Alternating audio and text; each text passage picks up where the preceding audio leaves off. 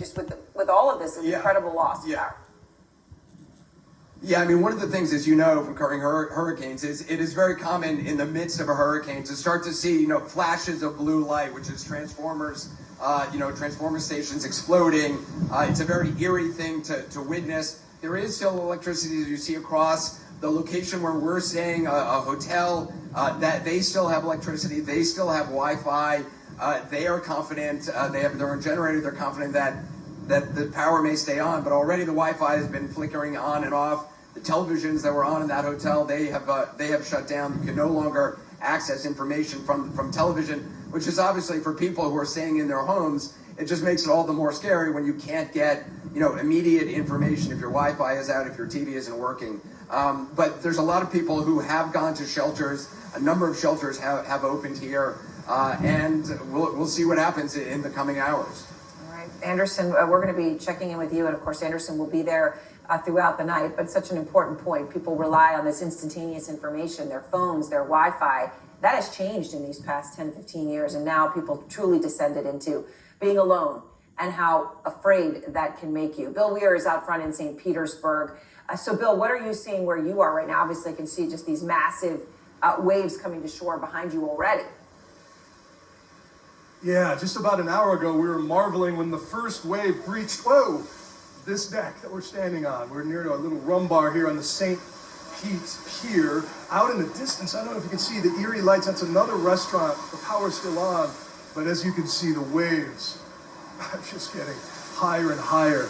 It seems by the minute. This will probably be our last live shot in this location. The storm surge here, if it gets up to the predicted, 10, 12 feet, could be a huge problem for downtown St. Petersburg, and especially for all the folks who are still reeling after Hurricane Helene that came through here less than 2 weeks ago. And in addition to the tornadoes you talked about, that's why this storm, scientists have been warning about these threatened multipliers of these storms. It's one so quickly after the other. It's so hard for people to brace, even in a good day after coming out of something like that. And then with these tornadoes, there's never a good time to lose a house to a tornado, but the absolute worst time is hours before a hurricane like this one makes landfall. Now, years ago, Hurricane Charlie, they studied it, disaster managers, and less than half of the people within the category 1 to 3 evacuation zones didn't evacuate at all. So much of this storm is going to come down to how many people heeded the advice of officials. Erin? All right, Bill, thank you very much. And please, Bill, get somewhere safe there as those waves are coming out. I want to go to Brian Todd in Tampa. Brian, I know things are deteriorating where you are right now.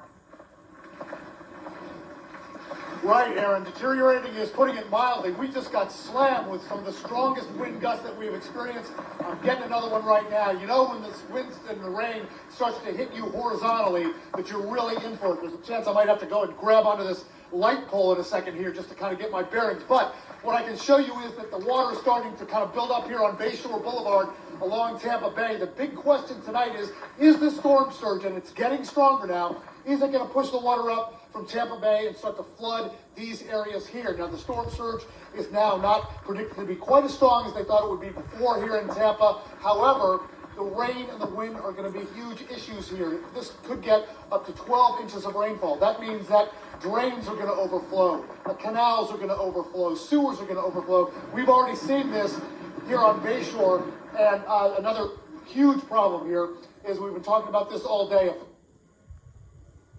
Mr. Mayor of Tampa told us that the contractor that was supposed to pick up all the debris from Hurricane Helene never showed up. So with the now kicking up in earnest here, and it's really getting stronger where we are, that debris flying around is going to be a huge hazard.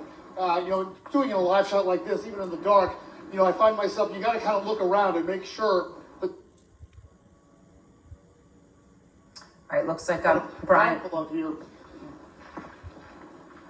Sorry, go ahead, Erin. No. Your shot obviously was taking a couple of hits there, Brian, just because obviously with the winds and everything that you're experiencing, you're and your team.